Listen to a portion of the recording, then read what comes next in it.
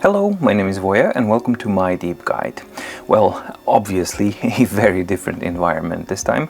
This is going to be a very quick video. I'm in the middle of a family emergency, so hence the different environment, and I'm not at home, haven't been for the past couple of weeks, and yeah, the priority of My Deep Guide videos is of course now secondary, but I wanted to cover this video regarding the Amazon Scribe because that's something that I personally have been waiting for a very long time, and I know that the majority of you have also been waiting for that for a very long time. So on Monday this week, my Amazon Scribe has arrived, but not here, back home in Norway. So I don't have access to it, and I don't have a hands-on review for you guys yet. I will have that once I get back home. I don't have a timeline when exactly that is going to be, so it's going to be when it's possible to do that.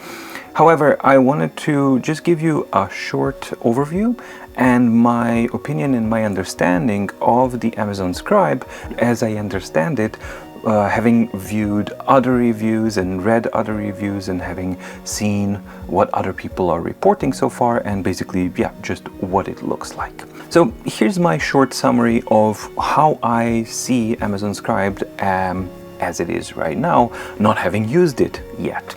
Well, it looks unfortunately like I feared it would be, which means that as Kobo Ellipsa was the first venture of an elderly e-reader company venturing into note-taking capabilities, and it did a lot of things right but a lot of things wrong as well. It looks like that the Kindle has done even less things right and a lot of things wrong. So basically I think that it boils down to that it's going to be a very crisp, lovely to read and handle 10.2-inch Kindle e-reader that can do some writing.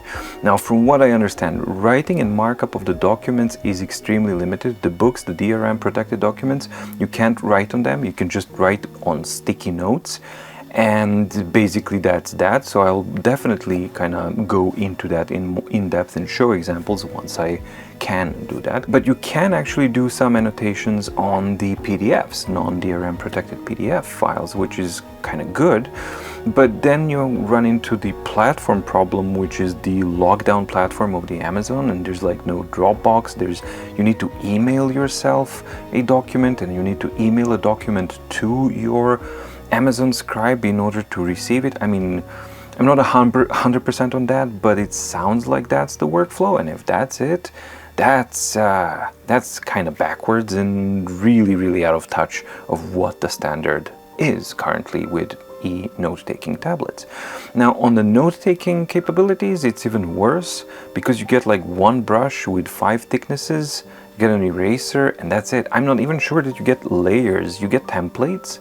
Not sure about the layers, and there's definitely no handwriting conversion. There's absolutely nothing, no extra features whatsoever in the note-taking part of the thing. And as far as I understand it, the exporting is also done via an email. So what do you do if you have a very large notebook that you've been writing in for 400 pages or something? What do you do then? You can't email that because that's going to be too large. So quite a lot of questions here. I like the overall design of the device and basically how it's made. It looks like it's a well-made device and a well-designed device. The screen looks lovely.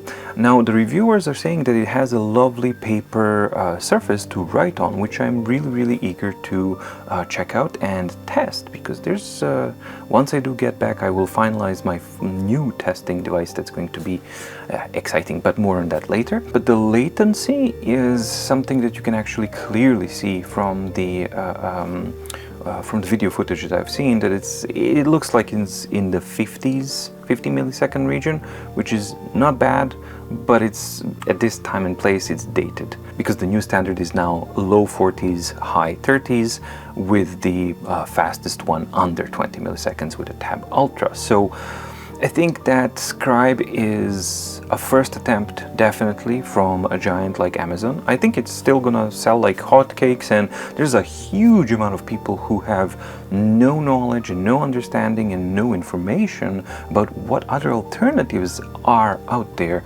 to the Kindle Scribe. So naturally they won't know for anything better, because for them e-ink and reading, it's Kindle. It's not even Kobo, it's just Kindle. And then Kindle offers this, and it's, oh, well, that's how writing works. So I think we're going to be dealing with that for a little while, but I think it's an unfortunate situation because it really was an opportunity for Amazon to shine and to offer something more. And I think they should have offered something more, and they could have offered something more, but the price range is great, and I think that it's a good value for money as long as you're not mistaking it for what it's not. But what is it? Can it properly mark up documents? No. Can it properly do note-taking? Kinda. Can it do markup of your Kindle books with the post-it notes? Kinda.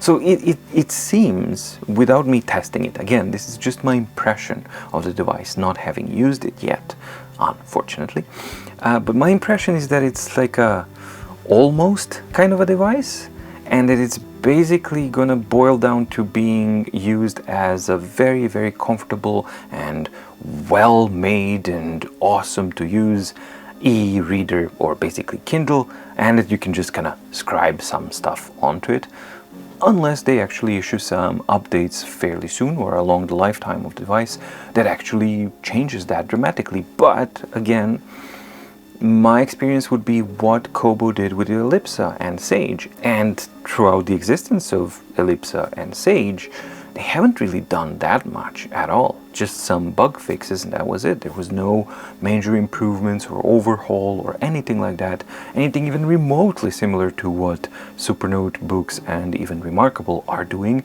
with their platforms. So that's basically my impression of the Kindle Scribe so far. As far as recommendations, I can't really give you any recommendation because, again, I haven't tested it personally, so it would be irresponsible of me to tell you like, oh, do this, do that, because I don't know, I have to test it first. But my impression is that if you're primarily reading and you would like to be able to do some notes here and there, and your primary platform is Kindle, then Kindle Scribe should make a lot of sense for that kind of use case scenario. But basically for anything else, you should look at the alternatives, of which there are plenty to choose from. I hope that you found the video at least informative a little bit, and if you did, that would be great. I know that this delivery is not what you expected, but the conditions are such and the prioritization is such that basically this is what I can do right now. So yeah, that's pretty much it, and I hope that it helps a little bit. Please do post questions and comments in the comment section down below so that we can start a discussion here and there. And I would love to hear, especially from people who have had experience and opportunity to use the Scribe and other devices, what their impression is of the Scribe. And also, very important, please note down the questions down in the description below what you would like me to cover once I do have an opportunity to test out the Amazon Scribe in my own hands. Thank you so much for watching. Stay safe, stay healthy, and see you in the next video. Bye!